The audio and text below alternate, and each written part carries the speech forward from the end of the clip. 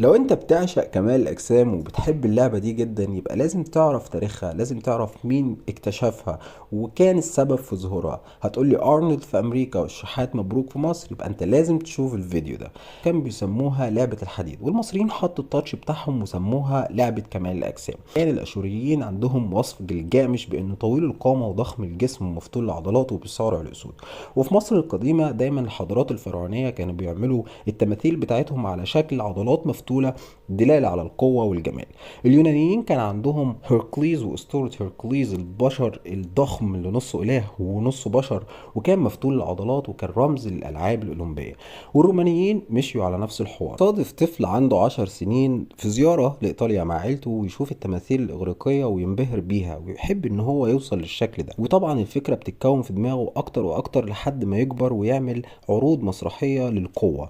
كان بيشيل بإيد واحدة أكتر من 100 كيلو عبارة عن دمبل كبير، وكان بيشيل شخصين في سلة واحدة، وكان يقدر يشيل حصان بإيد واحدة، وكان يقدر ينام على الأرض ويحط لوح خشب وراجل بحصان يعدي من عليه. ساندو كان قوي جدا.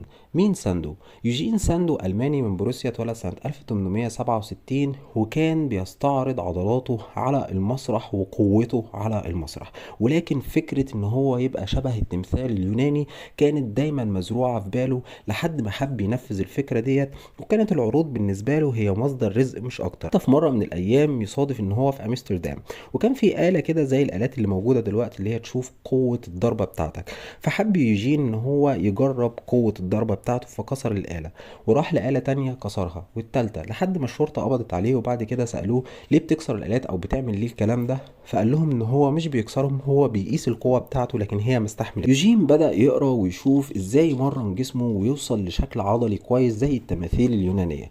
فبدأ ان هو يكتسب عضلات بشوية معلومات بسيطة بمساعدة بعض الأصدقاء وبعض العلماء اللي كانوا موجودين في الفترة ديت. وعمل أول فيلم موسيقي وأخد عليه جايزة الأوسكار، وكان عنوان الفيلم زيغفريد العظيم.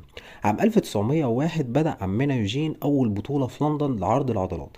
عمل ضجة كبيرة قوي وقتها، وكان الناس بتجيله بطريقة رهيبة جدا، فبدأ يشتهر أكتر وأكتر وأكتر. فقال ليه ما عملش بطولات ودي فيها جايزة. وكانت أول بطولة في لندن عام 1902، وكان وقتها هو حكم وفاز بأول بطولة ويليام موراي من نوتنغهام بإنجلترا. عام 1904 كانت أول بطولة في نيويورك، وكان أول بطل في أمريكا هو إيرل ليدرمان.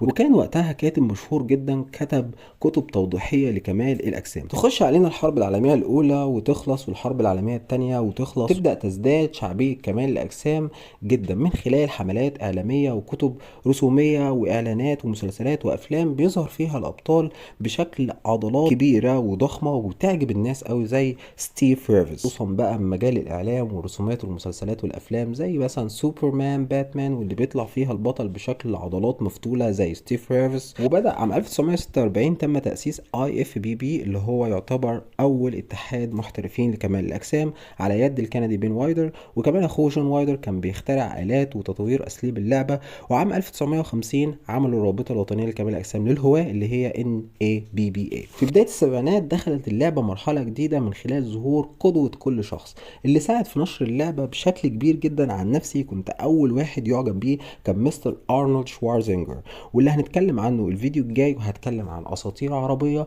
وأساطير أوروبية حببونا في لعبة كمال الأجسام، ومين أول بطل لعب كمال الأجسام في مصر ومن الدول العربية، علشان نقدر ندي اللعبة حقها. مش معنى كرة القدم كل الناس بتتكلم عنها الا اللعبة بتاعتنا. لو انت حبيت الفيديو ده وحابب تكمل معايا المجموعة، ممكن تعمل شير ولايك، وما تنساش تستنى الفيديو الجاي.